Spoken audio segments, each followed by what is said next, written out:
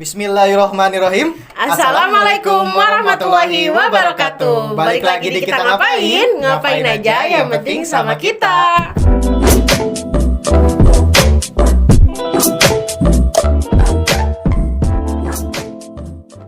Sesuai permintaan kalian, kali ini kita mau membawakan tema horor. Nah, udah ada 2 pertanyaan masuk nih dari video sebelumnya. Tanpa basa-basi lagi, kita mulai videonya. Tapi jangan lupa, sebelum itu jangan lupa like, komen, subscribe. Jangan lupa juga bagikan ke sosial media yang kalian miliki. Tanpa basa-basi, kita mulai videonya. Oke, pertanyaan pertama, silakan. Pertanyaannya yang menyangkut horor ya.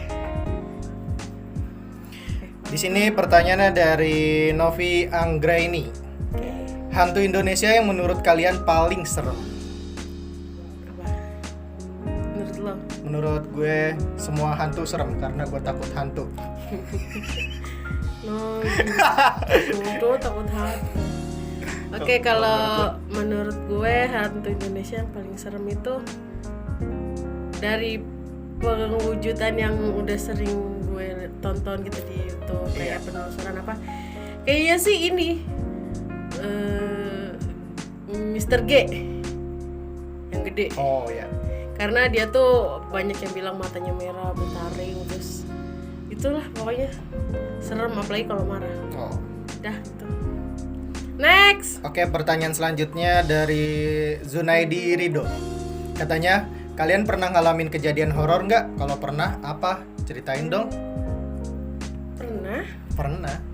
Tapi kalau ngelihat langsung, secara langsung sih belum pernah. Cuma kayak merasakan aja kejadian aneh kayak gitu doang sih. Oh iya.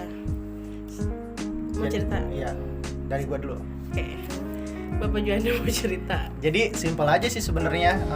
Waktu ngontrak di Bekasi, waktu masih ngontrak di Bekasi, kejadian itu sekitar jam 10-an malam lah kayak gitu. Jadi kan gua ngontrak berdua, yang satu gua, yang satu teman gua tuh. Kondisi jam 10 malam, gue lagi main HP lah, entah waktu itu ngapain, lupa. Terus kayak ada suara buka pintu sama kayak motor buat dimasukin lah gitu ya. Terus gue bilang kayak ngomong gitu ke teman gue kan namanya Rifai, halo Pai, kan bilang gini, udah balik kayak gitu. Terus nggak ada yang jawab. Pas gue bangun gitu ngelihat ke depan, ternyata nggak ada siapa-siapa, sedangkan kondisi pintu juga ketutup, di luar juga nggak ada motor. Udah sih sebenarnya kayak gitu aja, langsung ngerasa merinding gitu. Serius, itu beneran. Udah kayak gitu doang sih, merasakan aja tapi nggak pernah ngeliat langsung. Tapi ada keinginan untuk lebih? Nggak kuat, kamera nggak kuat. Ya kali nggak apa-apa lah kalau punya keinginan lebih untuk melihat. Nggak pengen. Oke. Next ya. Kalau ceritanya. Oke, kalau gue ceritanya panjang. Oke, yang mau ini, yang mau dengerin saya cerita silahkan ngambil snack, minuman, pakai headset, rebahan ya. Posisi enak dulu nih. Iya, yuk. Posisi enak dulu. kita dengerin. Oke. Backsound seremnya. Jadi kejadian ini gue alami sekitar tahun 2018 awal. Nah, waktu itu gue diterima kerja di sebuah perusahaan provider yang besar lah di Indonesia, yang gue sebut namanya pasti kalian tahu. Waktu itu gue diterima dan ditempatkan di cabang Bekasi Timur. Mau nggak mau gue ngekos karena kan gue di Cikarang kan. Mau nggak mau gue ngekos dan nggak mungkin tuh gue PP Cikarang Bekasi Timur tiap hari. Satu mungkin nanti capek atau gimana, udah belum lagi kan kerjanya tuh nggak sesuai jam kantor, jadi kayak kerjanya fokus di satu waktu kayak sore gitu. Singkat cerita, gue ngekos sama teman satu angkatan kerja gue, sama-sama anak baru, panggil aja namanya Mawar. Nah dia itu umurnya tuh jauh, nggak jauh sih, kira-kira 4 tahun di bawah gue lah, masih bocah. Jadi dia baru lulus SMA itu. Nah terus dia jadi model lah gitu, anaknya juga cantik, dia orang Lampung, udah gitu. Beberapa hari gue cari kosan di sekitaran Bekasi Timur. Nah dapet lah dari rekomendasi teman, katanya di sini ada kosan baru dan katanya enak gitu kan. Dan itu di sampingnya itu rumah Pak RT, jadi lebih ke kontrol lah gitu istilahnya. Nah udah kan, akhirnya gue kesana ngelihat kosannya, akhirnya cocok, bayar dan mulai nempatin.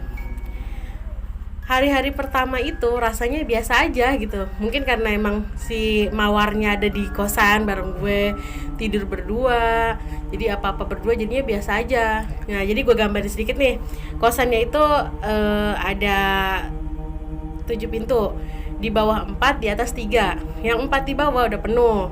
Karena gue sama si mawar nggak bawa motor, jadi ya udah gue di atas aja, dan duanya itu kosong.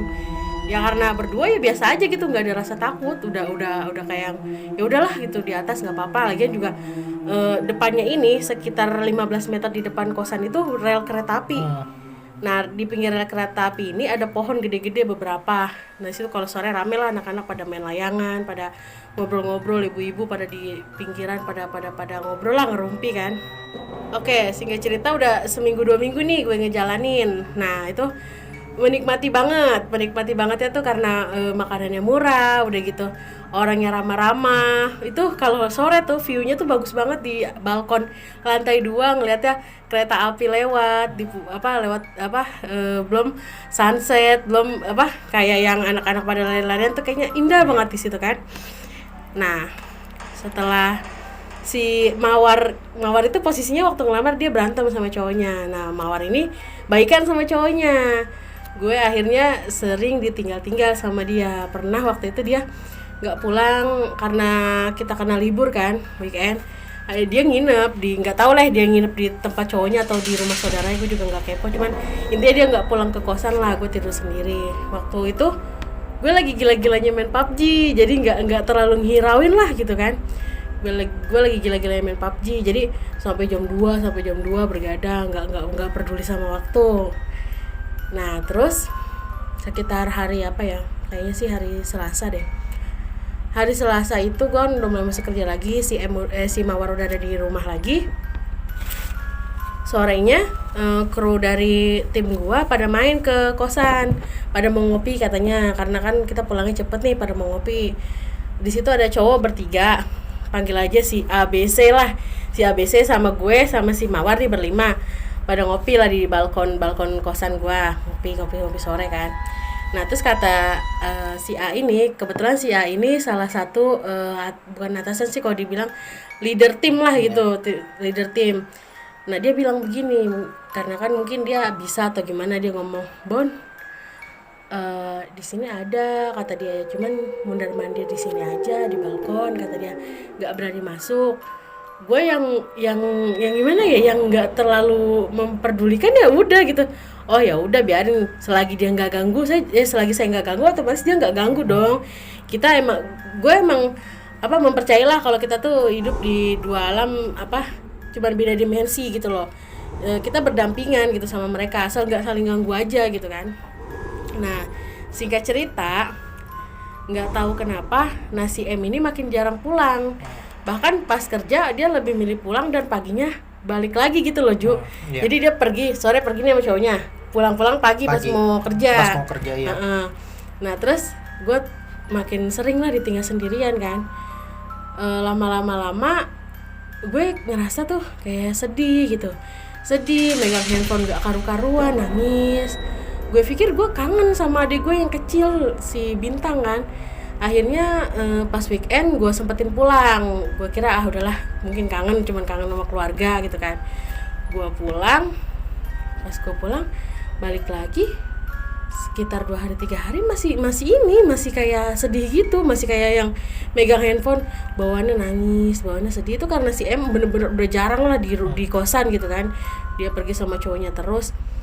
Nah ada satu waktu tetangga kosan gue ini, temen kerja gue, panggil aja si C kan. Dia emang cuman beda berapa kosan lah dari kosan gue. Dia gak sering juga sih, beberapa kali mampir, kayak misalkan dia beli roti bakar atau apa, nawarin, dia nganterin gitu kan. Nah terus malam-malam dia ngomong gini, Bon, gue mau beli roti bakar, mau nggak? Oh boleh gitu kan. Akhirnya dia ke kosan, dia ngetok. Pas gue buka, dia kaget, katanya, lah tumben sih, kata dia. Kenapa? Kata gue, tumben lu diriap rambutnya. Waktu itu kan rambutnya masih panjang kan. Iya kenapa? Biasanya lu walaupun habis keramas rambutnya tuh diikat. Ya nggak tahu, kata gue, pengennya kayak gini. lu belum makan? Belum, lagi males kata gitu. Ya udah akhirnya mungkin dia nggak enak, tampang gue udah nggak enak.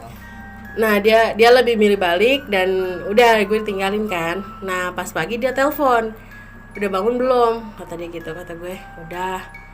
Mau bubur kata dia gitu, kata aku ya udah mau gitu kan. Akhirnya dia ke kosan lagi dan itu udah ini apa, dia udah ngeliatnya udah pucat, kata dia udah pucat, udah bukan gua banget gitu, maksudnya udah beda lah, udah dia ngerasa wah udah nggak bener nih. Nah akhirnya waktu itu izin nggak kerja, sedangkan mereka tim ini jalan berempat gitu kan. Pas pulang mereka ternyata pulangnya lebih awal, jam 2 udah kumpul lagi di kosan gua. Nah terus si yang ketua tim ini, yang si A ini, dia tuh nanya gini pas udah kumpul bareng-bareng, Bon, iya bang gitu kan, kenapa lu? Nggak ngapa-ngapa, mau makan soto nggak? Mau lah kata gitu. Dan pas gue makan ternyata tuh mereka berempat lagi merhatiin gue, ternyata katanya gue makannya tuh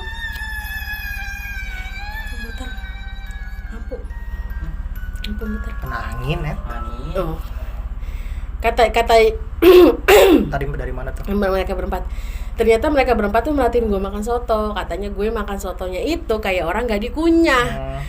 Padahal panas banget, tapi gue makannya lahap banget. Kayak gimana sih? Zlup gitu juga yang gak dikunyah. Dia makin khawatir kan, kayak ini bener lu gitu. Walaupun gue emang doyan makan ya, cuman panas loh di mulut dan gak mungkin cepet habis kayak gitu. Mampus.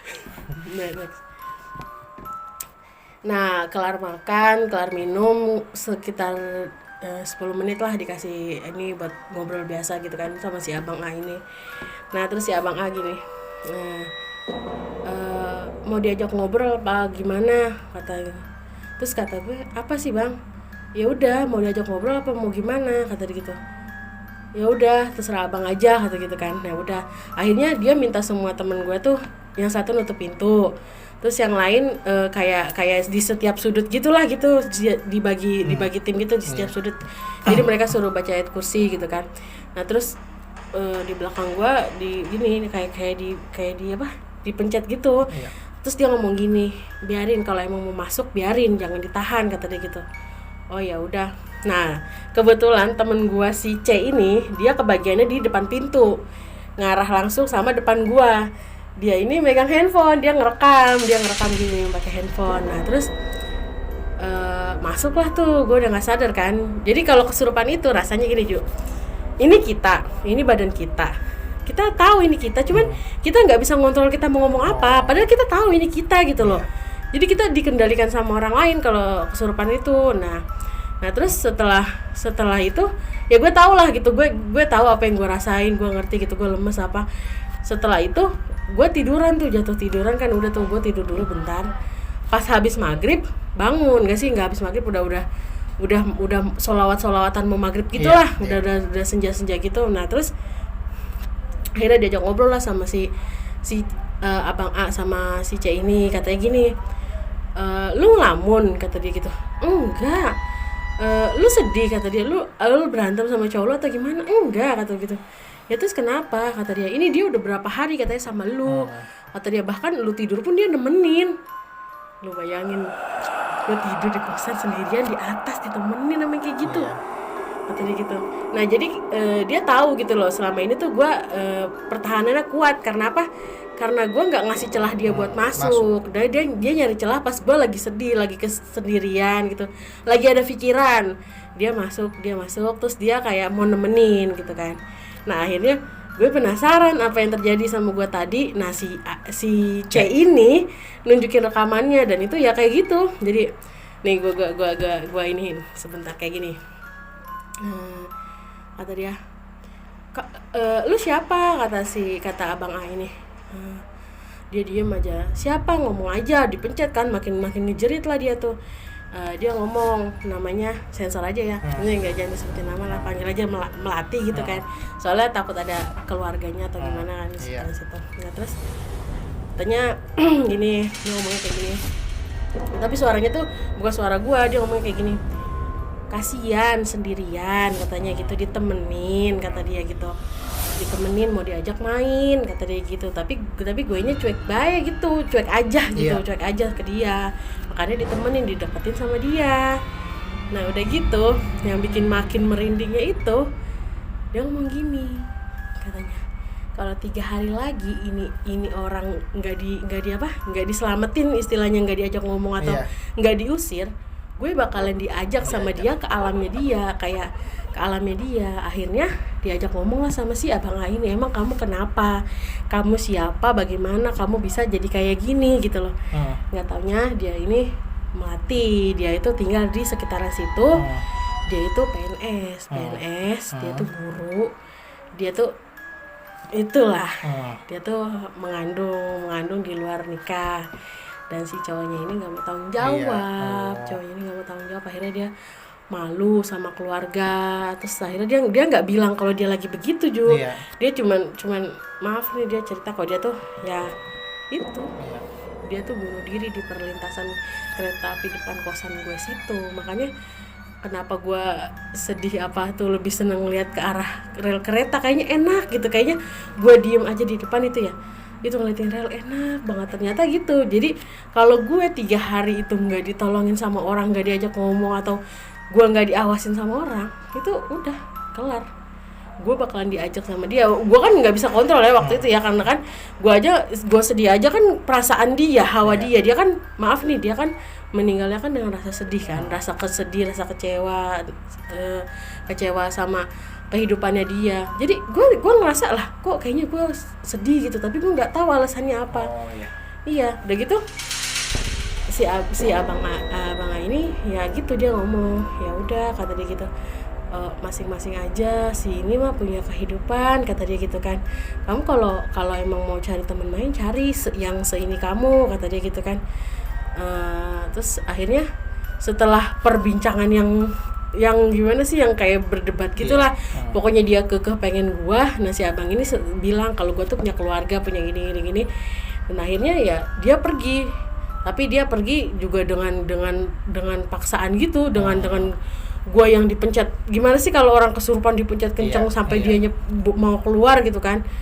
Ya udah, terus akhirnya dia keluar ketawa kencang gitu, terus udah nggak balik lagi. Dan terus kata si C ini, dia ngomong, waktu gue terakhir kali ketawa pas dia keluar itu kayak katanya bikin dia merinding bulu kuduknya, katanya nggak karu-karuan, katanya itu bener-bener bukan gue, kata dia kira tuh gue gimana sih, bercanda atau gue gitu, pura-pura kesurupan atau apa. Tapi dia percaya pas gue ketawa itu ininya apa, energinya tuh beda, bukan kayak energi gue. Nah udah gitu akhirnya gue telepon orang rumah kan, gue cerita kan, mak gitu kan, gini di kosan gini, tadi ada kejadian ini. Terus akhirnya ya udah pulang aja gitu kan, nanti kerja mah gampang, cari yang lain, kata dia gitu kan. Ya udah, akhirnya gue mengundurkan diri lah dari kerjaan itu, karena emang udah sebulan tepat juga kan. Ya udahlah gitu kan, akhirnya gue mengundurkan diri, pulang. Nah ini ada lagi nih tragedi nih. Gue pulang itu malamnya ini kejadian, gue ditemenin sampai pagi nih sama bocah pada nginep di kosan gue. Paginya gue pulang bawa pakaian, pokoknya penting lah gue bawa kan, gue bawa pulang. Nah udah gitu habis kontrak rumah tinggal sehari lagi, kata gue masih ada kasur sama barang-barang yang berat lain gitu kan. Akhirnya gue ngajak si Niko yang waktu itu pernah di sini, si Niko. Iya, gue ngajak Niko lah ke kosan gue, kok bantuin yuk bawain barang-barang sisa gitu kan. Oh ya udah, ayo. Berangkat dari rumah itu jam habis maghrib. Dari rumah ke Bekasi Timur kurang lebih 1 jam lah, karena santai kan. Kalau cepet mungkin lebih kurang dari 1 jam. Pas nyampe sana baru buka pintu, karena si Niko emang orangnya sensitif, dia langsung istighfar. Ternyata si itu ada di dalam, karena yang 3 itu emang udah kosong semua. Dia di dalam nungguin. Nah udah gitu sambil kemas-kemas, sambil ngomong lah gitu kan, terima kasih udah nemenin selama ini gitu kan, sekarang saya mau pulang gitu. Saya nggak bisa nemenin kamu selamanya, tapi terima kasih udah jadi teman saya, gini lah, basa-basi lah gitu kan. Udah jangan ganggu saya lagi, kita masing-masing gitu kan. Dan akhirnya gue sama Niko pulang, kelar tuh bungkus-bungkus, terus kunci dititip ke tetangga, terus nggak taunya dia ngikutin, kata Niko dia ngikutin terbang di samping, terus hilang-hilangnya di perbatasan antara Cikarang Barat ya, Iya, Cikarang tol Barat, Cikarang Barat. Cikarang Barat situ. Nah terus kata Niko udah nggak diikutin, tapi pas pulang Niko muntah-muntah. Sampai besokannya gue ditegur sama mamahnya, kata gini, kamu Nita, Niko diajak kemana? Katanya emang kenapa? Tuh ketempelan. Udah, itulah. Jadi kisahnya seperti itu. Dia mungkin dia niatnya baik gitu kan, pengen jadi teman. Mungkin karena gue sendirian terus di kosan. Cuman kan kita beda alam, beda ini. Itu kalau diinget-inget, serem banget. Seremnya tuh gimana ya? Seremnya tuh bukan karena ngeliat langsung gitu, tapi ngerasainnya tuh, dan kita bingung, kayak lu sedih tapi lu nggak tahu sedihnya tuh kenapa gitu loh, dan lu pengen nangis, dan emang iya kerasa banget kalau miring teh rasanya tuh air mata udah netes. Mungkin ya kata si Abang Asi kayak yang gini loh. Udah nggak mau lagi. Udah. Oke, udah. Tuh pengalaman saya. Luar biasa. Merinding gua. Goblok. Oke, itulah tadi cerita horor dari saya, pengalaman pribadi saya pas ngekos di daerah Bekasi Timur. Oke, selanjutnya silahkan. Jadi ada titipan dari netizen, dia mau cerita tentang apa? Pengalaman dia, dan ini pengalamannya yang benar-benar terjadi di masyarakat lah gitu. Bisa terjadi di mana aja dan sama siapa aja. Jadi kita dengerin aja ceritanya. Ganda yang bakal cerita. Oke, ceritanya saya mulai ya. Aku adalah seorang ibu yang baru mempunyai seorang anak perempuan yang baru berusia 7 bulan. Aku tinggal di sebuah komplek perumahan yang terbilang di daerah perkotaan dan padat penduduk. Aku hanya tinggal bersama anak dan suami. Kehidupanku berjalan biasa-biasa saja sebelumnya, hingga suatu kejadian aneh terjadi pada anakku. Kejadian itu amat sangat di luar nalar dan menganehkan bagi diriku dan suami. Betapa tidak, sudah hampir seminggu Anaya, itu nama anaknya, selalu menangis dan mengamuk jika kutidurkan di kamar. Awalnya kupikir mungkin ini biasa saja, bagian dari sifat manjanya seorang anak batita, karena kata kebanyakan orang, bayi itu memiliki sifat atau kebiasaan yang aneh, selalu berubah-ubah. Entah dia takut sama orang, entah dia tiba-tiba saja menangis ketika mendengarkan suatu lagu atau lain sebagainya. Namun setelah kupikir-pikir lagi, ini sangat aneh. Jika kau ingat-ingat dari seminggu yang lalu, Anaya selalu saja terbangun lalu menangis histeris ketakutan. Ketika hendak kutidurkan di kamarku, ia seperti melihat sesuatu yang menakutkan. Andai saja dia sudah bisa bicara, mungkin bisa kutanyakan apa penyebab dia menangis. Tapi heran ya, jika siang hari dia akan tertidur pulas jika kutidurkan di kamar, tidak seperti di malam hari. Jadi malam tidur pulas, siang tidur pulas, malamnya nggak bisa tidur. Ya. Kejadian itu terus terulang setiap malam. Anaya akan menangis tanpa sebab. Benar-benar membuat diriku dan suami khawatir. Sebab jika Anaya menangis, itu akan berlangsung lama. Kami coba periksa Anaya pada dokter. Mungkin saja dia sedang tidak enak badan atau ada yang diderita. Namun hasil pemeriksaan menunjukkan bahwa dia sehat dan tidak menderita sakit apapun. Hingga akhirnya aku dan suami memutuskan untuk meminta bantuan pamannya, suamiku yang kebetulan memiliki kemampuan dalam bidang supranatural. Namanya Paman Udin. Tahu itu nama beneran apa bohongan? Panggil aja Udin. Ya, panggil aja Udin. Setelah hari yang disepakati, Paman Udin datang ke rumah kami sekitar pukul 19.30. Tanpa banyak bicara, Paman meminta suamiku untuk menunaikan sholat Isya berjamaah di kamar kami. Sementara itu, aku disuruh menunggu di ruang tamu. Setelah selesai sholat, Paman berzikir cukup lama. Namun, ketika Paman sedang khusyuk berzikir, lagi-lagi Anaya menangis histeris. Sembari tatapannya nanar melihat ke arah langit-langit rumahku. Oh, dia nangis sambil ngeliatin Serem langit-langit. banget, baik kalau kayak gitu. Aku mencoba melafalkan.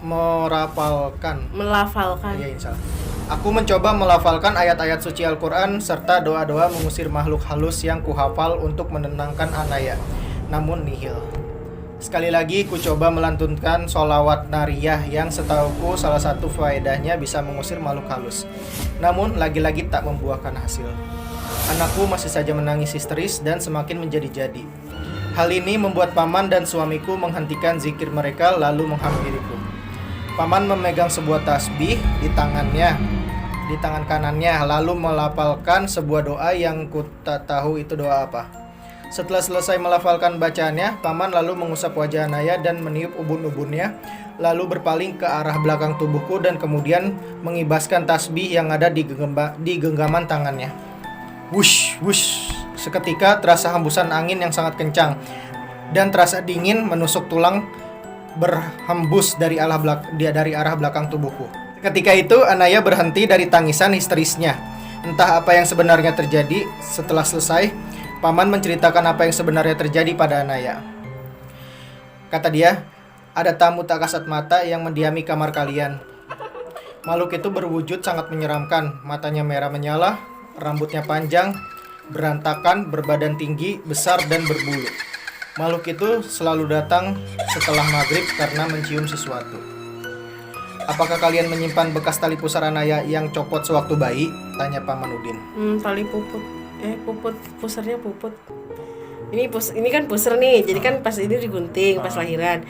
Nah nanti yang pusar yang sisanya itu copot itu. Nah itu namanya puput pusar. Baru tahu. Terus dijawab, betul Paman, kami menyimpannya di laci yang ada di kamar kami. Memangnya mengapa Paman? Kata suamiku. Kata si Paman, pantas saja makhluk itu merasa terundang karena mencium bau tali pusar tersebut. Paman minta jangan menyimpan itu, sebab itu adalah makanan makhluk halus sebangsa jin. Besok kuburlah tali pusar itu.